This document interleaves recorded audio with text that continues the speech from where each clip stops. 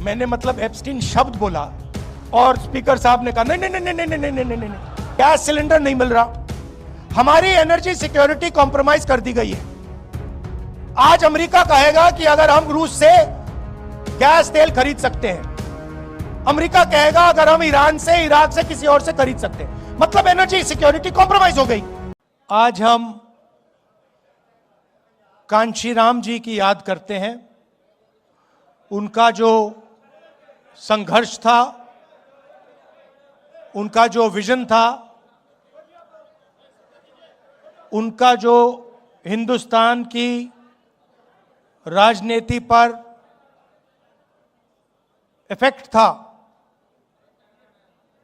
उसको हम याद करते हैं और दिल से उनका धन्यवाद करते हैं।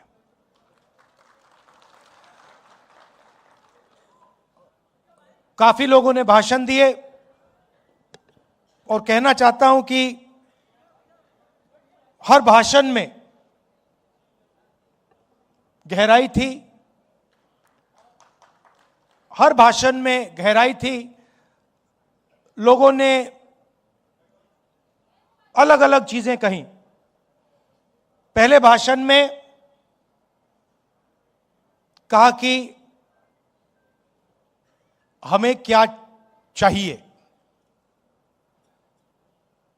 आपने लिस्ट दी कि हमें ये चाहिए, ये चाहिए, ये चाहिए, ये चाहिए। और जब आप कह रहे थे, मैं सोच रहा था कि भाई राजनीति में चाहने से कोई देता नहीं है। मेरा एक्सपीरियंस है कि भैया जितना आपको चाहना है चाह लो, उसका कोई मतलब नहीं होता। तो मैं ये सोच रहा था, फिर दूसरा भाषण आया और एकदम उन्होंने कहा जो मेरे दिल में, दिमाग में सवाल था कि भाई सही है, ये चाहिए, मगर कैसे? उसका जवाब आया, आपने दिया, गौतम जी ने दिया कि जब तक विचारों के लिए नहीं लड़ा जाएगा तब तक कुछ नहीं होने वाला। और मैं आपसे कह देता हूं, ये जो आप नारे लगाते हैं, इससे कुछ होता नहीं है। ये कि भैया राहुल गांधी जिंदाबाद, इससे कुछ होता नहीं है।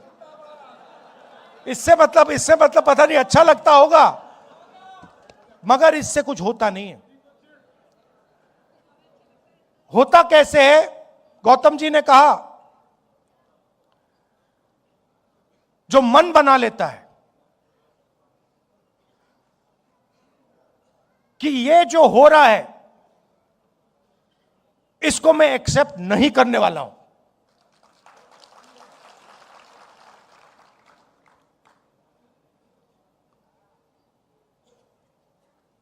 भाषण देने से पहले मैं सोच रहा था कि अंबेडकर जी शिक्षा की बात करते थे,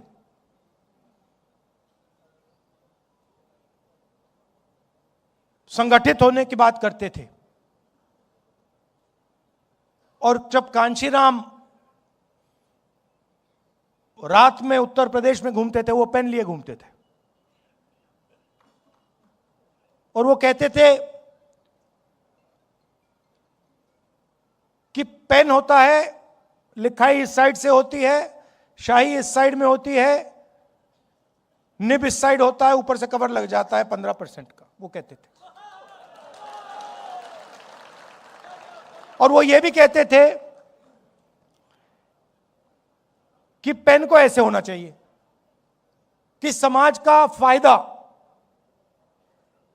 15% को मिले, मगर 85% को भी मिलना चाहिए, उसमें शामिल वो भी होने चाहिए। अब क्या हुआ? अब बीजेपी ने नया सिस्टम उठाया है। बीजेपी ने पेन और इसको अलग कर दिया, इसको पता नहीं कहां फेंक दिया और उसके लिए इसको लिए फिर रहे हैं।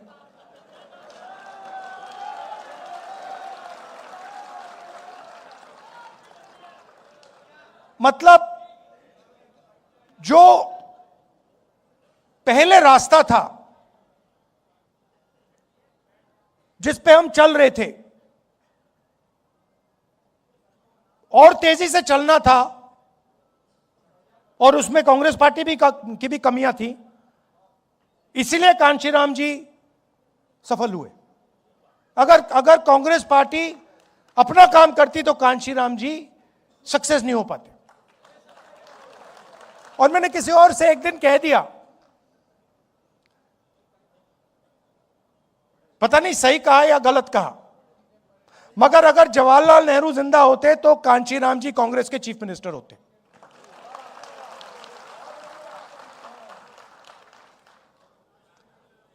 मगर कहने का क्या मतलब है, राजनीति में दो तरीके के लोग होते हैं। एक कहता है कि मुझे ऐसा पेन चाहिए, दूसरा कहता है मुझे ऐसा पेन चाहिए। मतलब मुझे पेन ऐसा चाहिए कि सब लोगों को फायदा हो, समाज में कोई पीछे ना रहे, और अगर हिंदुस्तान में प्रगति हो रही है तो गरीब से गरीब बच्चा किसी भी वर्ग का हो, उस प्रगति में उसको शामिल होना चाहिए।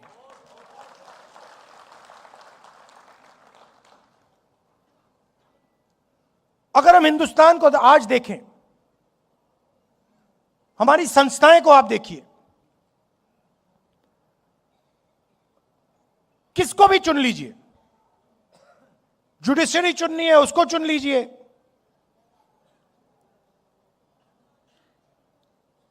मंत्रिमंडल देख लीजिए, ब्यूरोक्रेसी देख लीजिए, शिक्षा का सिस्टम देख लीजिए, कॉर्पोरेट इंडिया देख लीजिए,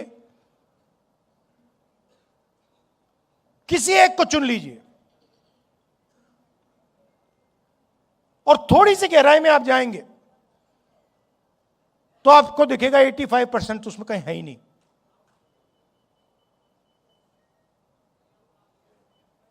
आप जाइए, आज घर जाएंगे आप, स्टॉक मार्केट का समय है, आप इंटरनेट पे जाइए और 500 सबसे बड़ी कंपनियों के नाम ले लीजिए, और इंटरनेट पे जाके आप देखिए, उनके सीईओज का आप नाम निकाल लीजिए, उनके सीनियर मैनेजमेंट का आप नाम निकाल लीजिए, और आप देखिए वहां पे दलित, आदिवासी, पिछड़ा, अति पिछड़ा, माइनॉरिटी कितने हैं आप देख लीजिए, आपको कोई नहीं मिलेगा। एक नहीं मिलेगा आपको। अदानी जी की कंपनी में जाइए, उनके सप्लायर्स की लिस्ट निकालिए, उनकी कंपनी को हजारों कंपनियां सप्लाई करती हैं, थोड़ी छोटी होती है, उनकी लिस्ट निकालिए, उनके सीईओ देख लीजिए, आपको वहां एक भी दलित नहीं मिलेगा, एक आदिवासी, एक पिछड़ा वर्ग का कोई नहीं मिलेगा उसमें।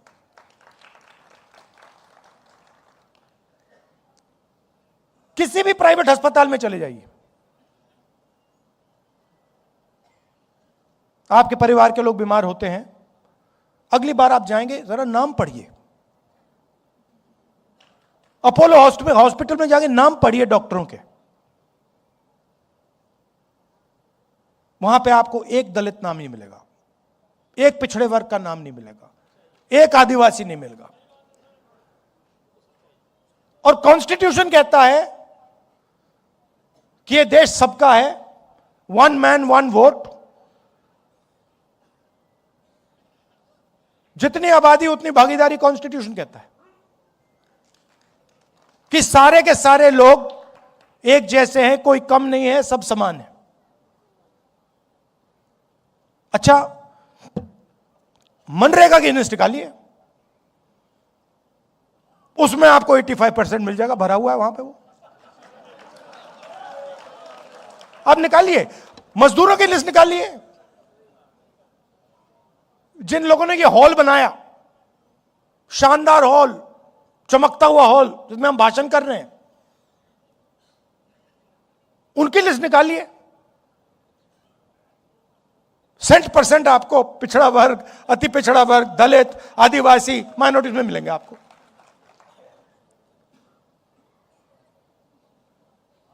और उधर भी कॉन्ट्रैक्टर मिलेगा आपको।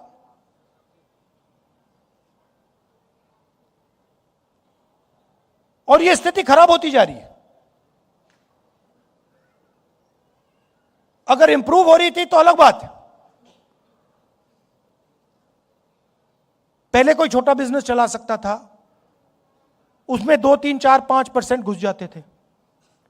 पहले पब्लिक सेक्टर हुआ करता था, उसमें मैनेजमेंट में लोग घुस जाते थे। पब्लिक अस्पताल थे, पब्लिक यूनिवर्सिटी कॉलेजेस थे, उसमें घुस जाते थे लोग। आपने इंटरव्यू की बात की, मैं गया था, दिल्ली यूनिवर्सिटी गया था। इंटरव्यू बच्चों को निकालने का तरीका है। आपकी जात क्या है भैया, आप इंटरव्यू में फेल, सीधी सी बात है। वो सब बोल रहे हैं। आरएसएस के संगठन की लिस्ट निकालिए, जो उनके प्रचारक लोग हैं, जो उनका सीनियर आरएसएस का जो सेंटर है, उसमें आपको एक ओबीसी नहीं मिलेगा, एक दलित नहीं मिलेगा, एक आदिवासी नहीं मिलेगा। तो लड़ाई बिल्कुल क्लियर है। एक तरफ 85% बैठे हैं और उनको कहा जा रहा है कि भैया ये देश आपका नहीं है। कहने के लिए हां, कहने के लिए हम कह देंगे कि भैया आप हिंदुस्तानी हो, मगर जब धन बांटने की बात आएगी या देश को चलाने की बात आएगी या पावर की बात आएगी, तो आप हिंदुस्तानी नहीं हो, आप कुछ और हो।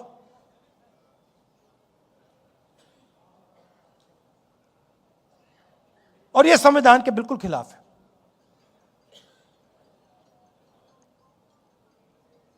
और यह संविधान क्या है? पहले मैं सोचता था कि एक किताब है जो आजादी के बाद लिखी गई। हम सब कहते हैं कि अंबेडकर जी का कॉन्स्टिट्यूशन है, मगर अगर हम थोड़ी सी गहराई में जाएं तो इसमें हिंदुस्तान की हजारों साल की आवाज है। जो आपने, गौतम जी, जो आपने लिस्ट दी, आपने नाम लिए, नारायण गुरु, बसवन्ना, अंबेडकर जी, गांधी जी, गौतम बुद्ध जी, जो आपने लिस्ट दी, उन सब की आवाज इस कॉन्स्टिट्यूशन में है। और दूसरी बात, जो उस विचारधारा के खिलाफ थे, उनकी आवाज इस कॉन्स्टिट्यूशन में नहीं है। सावरकर जी की आवाज इस कॉन्स्टिट्यूशन में नहीं है। नाथूराम गोडसे की आवाज इस कॉन्स्टिट्यूशन में नहीं है।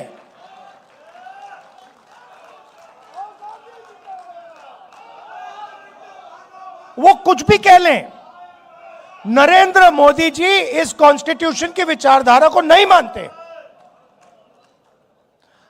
और मैं आपको बताता हूं यह मैं किस बेसिस पे कह रहा हूं। आपने अंबेडकर जी की बात कही, कांशीराम जी की बात कही, और आपने कहा वो सूखी रोटी खाते थे, कहा आपने गौतम जी।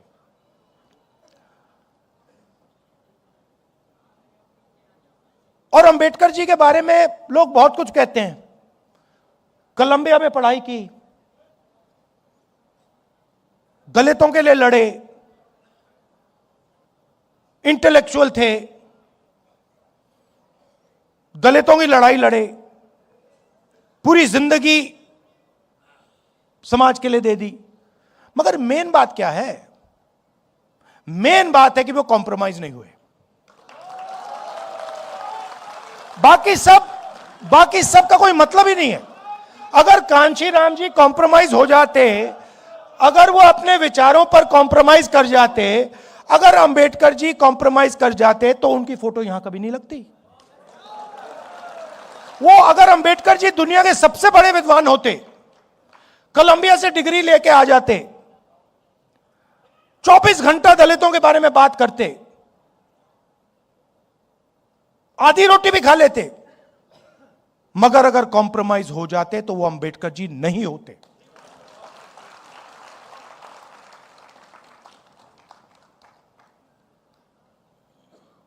फर्क है अंबेडकर जी में, गांधी जी में, कांशीराम जी में और सावरकर में। बहुत बड़ा फर्क है। गांधी जी 10-15 साल जेल गए, कॉम्प्रोमाइज नहीं किया। अंबेडकर जी पूरी जिंदगी दे दी, कॉम्प्रोमाइज नहीं किया। कांशीराम जी ने क्या कॉम्प्रोमाइज किया किसी से? सवाल नहीं उठता, कर ही नहीं सकते। करना भी चाहते तब भी नहीं कर पाते वो, क्योंकि इतनी गहराई से बात उनके दिल में थी कि वो कर ही नहीं सकते।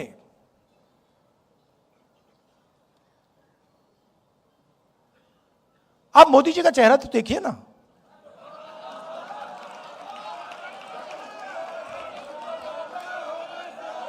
चेहरा देखिए। वो उनके संगठन की पुरानी आदत है, ये नई चीज नहीं है। अब मत सोचिए कि ये पहला एग्जाम्पल, पहला उदाहरण है। ये पहला उदाहरण नहीं है, इनका लाइनअप है, ये करते जाते हैं। आप देखिए, आप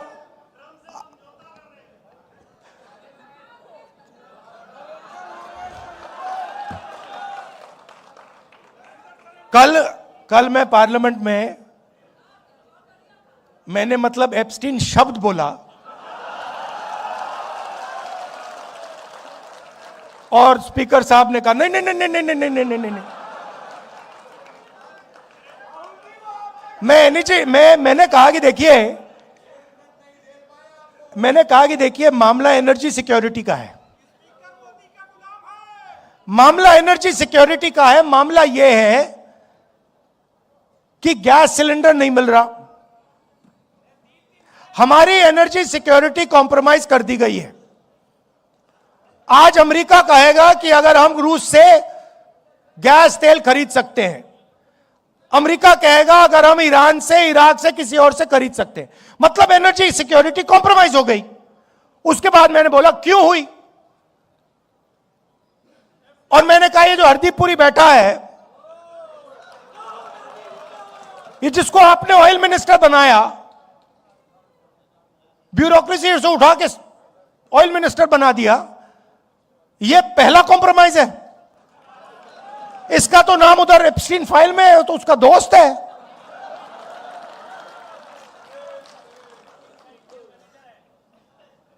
इसकी बेटी के कंपनी में जॉर्ज सोरोस का पैसा गया है।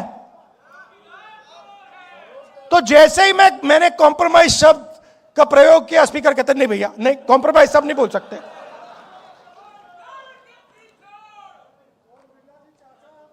तो अब तो एक साइड एप्स्टीन है, दूसरी साइड अदानी जी।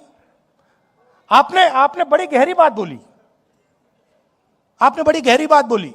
मैंने इसके बारे में काफी सोचा है। आपने बोला कि देखिए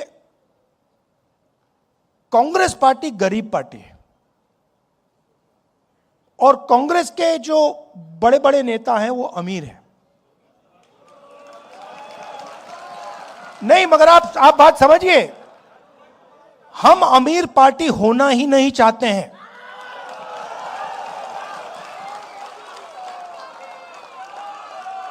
ये कांग्रेस पार्टी का डिजाइन गांधी जी के टाइम से यही है भैया। ये जिस दिन अमीर पार्टी बन जाएगी उस दिन वो बीजेपी बन जाएगी। हमें गरीब पार्टी चाहिए। मैं इस बात को मैं इलेक्शन में समझा। इलेक्शन में माखन जी मेरे पास आए, कहते राहुल जी हमारे सारे के सारे बैंक अकाउंट फ्रीज कर दिए। मैंने सोचा भाई अब तो फंस गए, चुनाव आ रहा है, सारे के सारे बैंक अकाउंट फ्रीज हो गए, अब क्या करेंगे। कांग्रेस पार्टी में कोई रुकावट नहीं आई, वो चलती गई, कोई फर्क नहीं पड़ा। देखिए, ये है विचारधारा की पार्टी, और इसको ये बीजेपी वाले नहीं हरा सकते हैं, सवाल नहीं उठता। अगर ये अपनी पटरी पे चलेगी, अगर ये गांधी जी की पटरी पे चलेगी, अंबेडकर जी की पटरी पे चलेगी, इसको कोई नहीं हरा सकता। ज्योतिबाई फुले की पटरी पे किसको कोई नहीं हरा सकता। अगर कमी है तो हम में, यह सबसे पहले समझना होगा।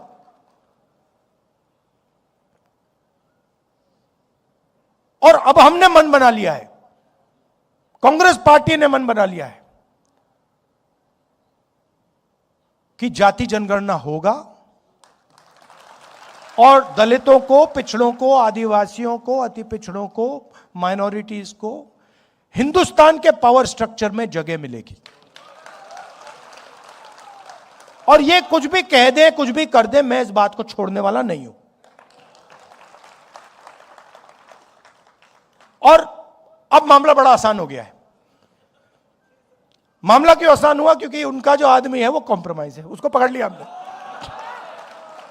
अभी आपको पता नहीं लग रहा, मगर हमने उसको पकड़ लिया है।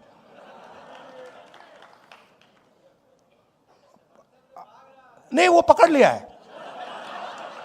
मैं आपको बता रहा हूं, मैं आपको स्टेज से कह रहा हूं, साइकोलॉजिकली नरेंद्र मोदी खत्म है। राजनीति में हार पहले हो जाती है, हार पहले यहां होती है, मन में यहां पे हार हो जाती है, उसके बाद होना ही होना है।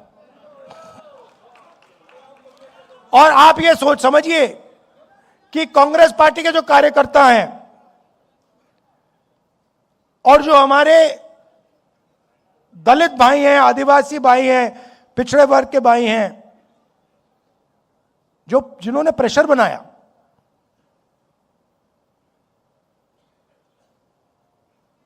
उन्होंने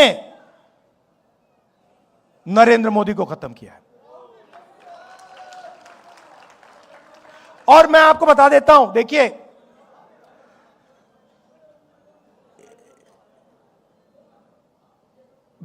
जो आपने बोला ना, कांग्रेस पार्टी का जो धन है, कांग्रेस पार्टी गरीब पार्टी, बीजेपी अमीर पार्टी बन गई। और उसने क्या किया? बीजेपी ने, नरेंद्र मोदी ने अपना पूरा का पूरा धन अदानी को नहीं दिया। नहीं, ये वो है मोदी का, वो है बीजेपी का, अदानी का नहीं। वो सिस्टम पूरा बीजेपी का सिस्टम है। वो अदानी कंपनी नॉर्मल कंपनी नहीं है, वो ऐसे है, यूं है। और पूरा का पूरा जो स्ट्रक्चर है, फाइनेंशियल स्ट्रक्चर है, बीजेपी का फाइनेंशियल स्ट्रक्चर, वो अदानी कंपनी में है। और इस बात को अमेरिकनों ने समझ लिया और पकड़ लिया। इसलिए अमेरिका में केस किया है। भाई और बहनों, वो केस अदानी जी के खिलाफ नहीं है, वो केस सीधा मोदी जी के खिलाफ है। और वो केस मोदी जी को मैसेज है कि अगर आपने हमारी बात नहीं सुनी तो हम आपका पूरा का पूरा फाइनेंशियल सिस्टम खोल देंगे, हिंदुस्तान को दिखा देंगे। तो अब नरेंद्र मोदी जी हिंदुस्तान के प्रधानमंत्री नहीं रहे हैं, वो अब अमेरिका का काम कर रहे हैं।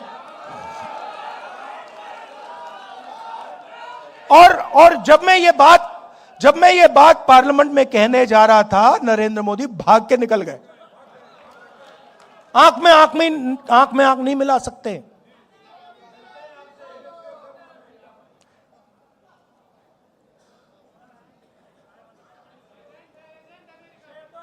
नहीं, अब देखिए, अब आप कहोगे, देखो ये आप कैसे कह रहे हो, मैं बताता हूं आपको। चीज का मैं आपको सबूत दूंगा। हिंदुस्तान का कोई भी प्राइम मिनिस्टर कृषि का सिस्टम नहीं खोल सकता। बाकी दुनिया के जो किसान हैं उनके लिए हिंदुस्तान का प्रधानमंत्री कभी नहीं खोल सकता है। नरेंद्र मोदी नहीं करना चाहता था। कैसे मालूम? क्योंकि मैं 4 महीने से पता लगा रहा था कि भैया ये जो अमेरिका की ट्रेड डील जो है ये रुकी क्यों है।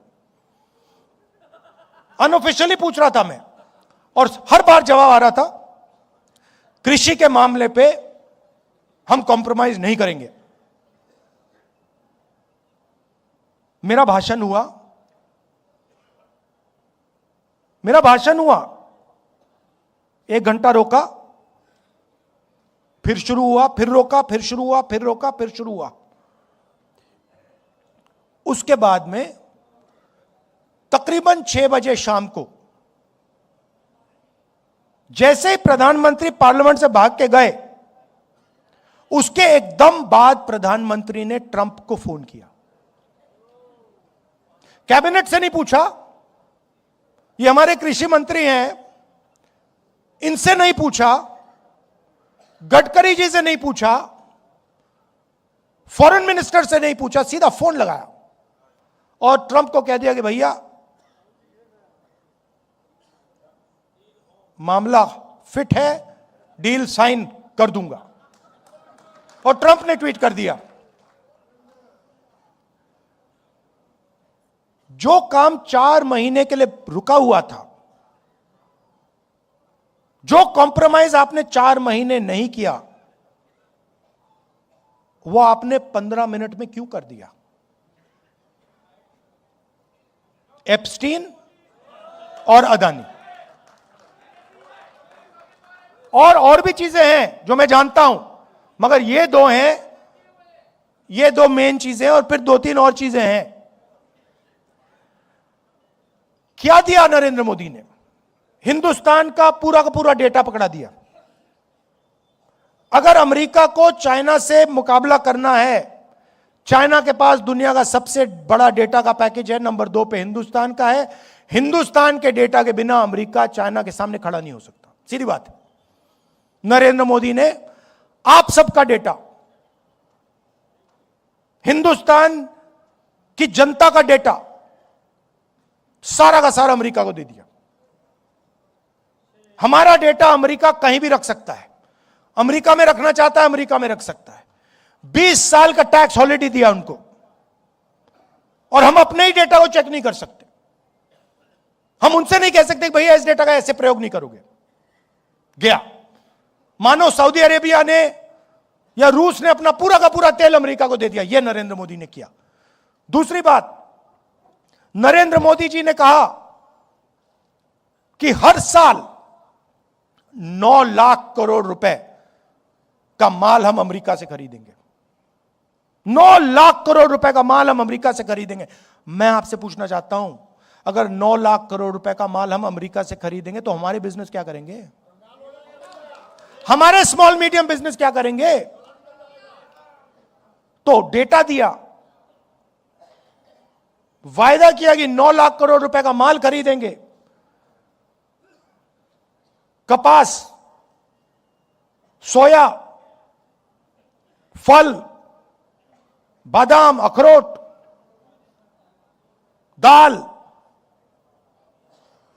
अब अमेरिका के जो किसान हैं वो अपना यहां बेचेंगे। अमेरिका के खेत बड़े बड़े 500 एकड़ 1000 एकड़ की पूरी मैकेनाइज्ड। हमारे खेत 5 एकड़ 2 एकड़ 3 एकड़, यहां पे कोई मैकेनाइजेशन नहीं। सारा का सारा माल उनका अंदर आ जाएगा, खत्म कर देगा। और आखिरी बात जो गौतम जी ने कही, हमारी एनर्जी सिक्योरिटी। अभी आप देखना क्या होने वाला है यहां पे। ये स्टेट ऑफ हॉर्मुज जो बंद हुआ है, अभी आप देखना हिंदुस्तान में क्या होने वाला है। अभी तो शुरुआत हुई है। क्यों? क्योंकि नरेंद्र मोदी ने हिंदुस्तान की एनर्जी सिक्योरिटी अमेरिका को दे दी। अमेरिका को कह दिया कि भैया आप बताओ हमें कि हम कहां से तेल खरीदें, कहां से गैस खरीदें। आप चाहते हो कि रूस से ना खरीदें, नहीं खरीदेंगे। चाहते हो ईरान से ना खरीदें, नहीं खरीदेंगे। चाहते हो इराक से ना खरीदें, नहीं खरीदेंगे। आप बोलो। ये चीजें नरेंद्र मोदी ने दी। लिया क्या? कुछ नहीं। हमारा जितना पहले टैक्स था उससे ज्यादा हो गया। हिंदुस्तान को यूएस डील से कुछ नहीं मिला, जीरो। अमेरिका को सब कुछ दे दिया। क्यों? क्योंकि नरेंद्र मोदी एप्स्टीन के कारण, अदानी के कारण, अपने फाइनेंशियल स्ट्रक्चर के कारण कॉम्प्रोमाइज्ड हो गए हैं। नरेंद्र सरेंडर हो गया है। अब हमारे सामने बहुत बड़ा मौका है कि हम अब हिंदुस्तान को बदलने की राजनीति करें। सिर्फ इलेक्शन जीतने वाले नहीं, मगर हिंदुस्तान की जो गरीब जनता है, जो दलित हैं, आदिवासी हैं, पिछड़ा वर्ग है, माइनॉरिटी है, गरीब जनरल कास्ट के लोग हैं, उनको हिंदुस्तान में के पावर स्ट्रक्चर में शामिल करने की राजनीति।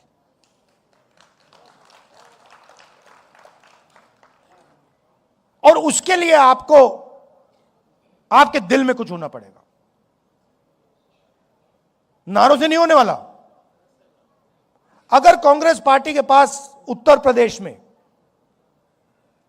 100 ऐसे लोग मिल गए, मुझे 101 नहीं चाहिए, अगर 100 लोग मिल गए जो कहते भैया हम मर जाएंगे मगर पीछे नहीं हटेंगे, हमारा काम हो जाएगा, खत्म हो जाएगा। मतलब यहां पे तो कितने लोग हैं? यहां पे 1000 लोग हैं। मैं तो छोड़ो, 1000 छोड़ो, मुझे बस ये 100 चाहिए जो कहे कि भैया हम मर जाएंगे मगर ये जो हमारा लक्ष्य है इसको हम नहीं छोड़ने वाले, काम हो जाएगा हमारा। आप सब आए, आपने इतनी एनर्जी दी, इतना प्यार दिया, इसके लिए दिल से आपका धन्यवाद करता हूं। और मैं आपको सिर्फ कहना चाहता हूं कि मेरे लिए अंबेडकर जी का संविधान, गांधी जी का संविधान, यह सबसे जरूरी चीज है और इसकी हम मरते दम तक इसकी हम रक्षा करेंगे। आप सबका बहुत बहुत धन्यवाद। न्याय योद्धा